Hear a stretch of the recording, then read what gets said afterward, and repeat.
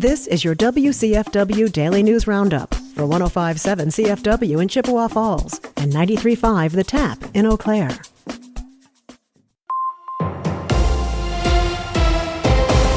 For 105.7 CFW News, I'm James Kelly. City of Menominee officials say they're ready to share their new proposed zoning regulations to manage future data center projects. According to Mayor Matthew Crow, the City Council plans to introduce the final draft of the new ordinance at its meeting next month, and it will be available for residents to review this week. Mayor Crow also clarified that the new ordinance will only be introduced at that meeting, not voted on. City officials have been reviewing the potential update for months in response to community pushback over a data center proposal last year. Water and energy use, noise, and pollution concerns were among the issues most commonly raised by residents over the project. The city did not have the ability to stop the proposed project prior to the zoning code update, as the land it would have been built on was zoned for warehousing. Since there was no separate definition for data centers in the zoning code, the city would have been required to accommodate the data center as a legal land use. The new ordinance will not ban data center projects entirely, but will give city officials more power to properly regulate them.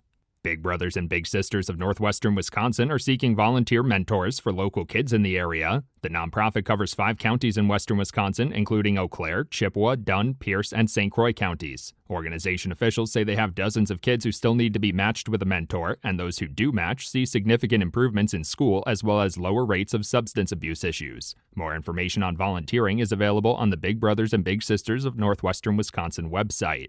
The University of Wisconsin-Eau Claire has unveiled the name of its new academic building along the Chippewa River. According to a press release, the 5-story facility will be known as the Riverside Science Center when it opens in the fall of 2027. The site seeks to serve as a hub of innovation, research, and collaboration between the school and community partners like Mayo Clinic Health System. It will also feature state-of-the-art learning facilities to give students hands-on lab experience with things like fabrication tools and nursing simulations. For 105.7 CFW News, I'm James Kelly. For Civic Media News, I'm Connie Fellman. A massive storm and confirmed tornado left a path of destruction through northeast Wisconsin yesterday. 3 communities in the Fox Valley have declared local states of emergency as thousands of people remain without power today. The village of Fox Crossing and city of Menasha are 2 of the area's hardest hit. The National Weather Service says initial assessments show at least EF2 tornado damage in Menasha. City leaders say while some people were injured, no one was killed in the storms. Many homes and businesses are completely destroyed, with debris scattered for miles. Menasha Mayor Austin Hammond says Menasha is closed. The mayor issued a formal declaration later in the afternoon saying non-emergency services are limited. There's a citywide curfew in effect from 10 p.m. to 5 a.m. until further notice. City leaders are urging people to stay off the roads so emergency responders can get to downed power lines and other hazards around the city. They're asking people to please only call 911 or the Menasha Police Department for emergencies. Christ the Rock Church is serving as an emergency shelter for people needing a place to stay. A boil water advisory is in effect until further notice for anyone using the village of Fox Crossing water utility after the East water system was impacted by the storms. Further to the north in Shawano County, that same storm system dropped grapefruit-sized hail on people in Gresham. Residents there shared images of hailstones the size of softballs. Many people reported smashed windshields and other damage from the brief but extreme hailstorm.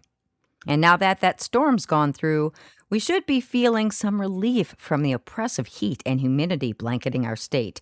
A look at a calmer forecast is coming up in the weather. Cleanup continues today in northeast Wisconsin after a confirmed tornado tore through the Appleton area just after noon yesterday. Debris is scattered for miles, and power lines litter the streets in the city of Menasha, one of the hardest hit areas.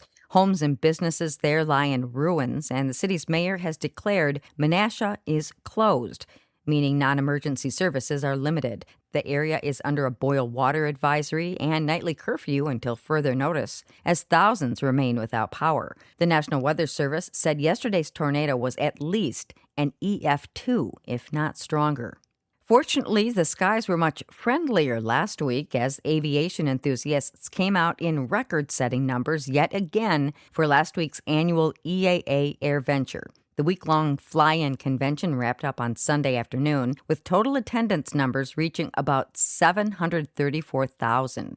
That beats last year's attendance of 704,000. Organizers say people came to Oshkosh from nearly 100 different countries around the world. Whitman Regional Airport averages around 100 takeoffs and landings per hour during the annual aviation event. If you plan to vote in Wisconsin's upcoming primary, officials say now's the time to make sure you have the right ID. The DMV says most people already have what they need, like a driver's license or state ID. Other options, including some student and military IDs, are also accepted. If you don't have one, the state offers free ID cards and even a temporary receipt you can use at the polls. And that's your state news update. I'm Connie Fellman for Civic Media News.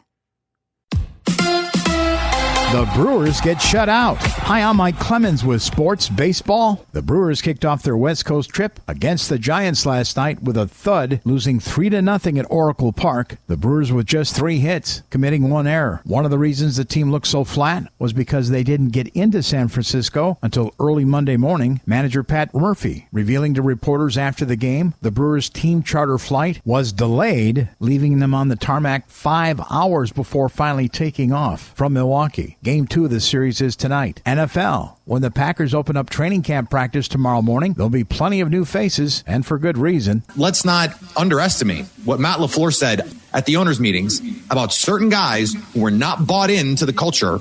They're not here anymore. We can extrapolate who those guys were. Rashawn Gary, business decisions being made at the goal line, not wrap-up tackling. You just can't have these things. That's Packers analyst Peter Bukowski. With sports, I'm Mike Clemens.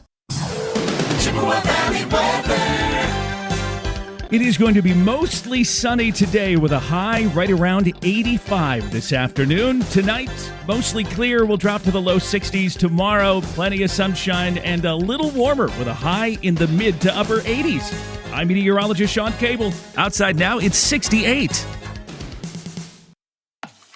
That's your WCFW and the TAP Daily News Roundup from Civic Media. Subscribe to this podcast on Spotify, Apple, or wherever you find your podcasts. Find more news at WCFW.FM or thetap.fm.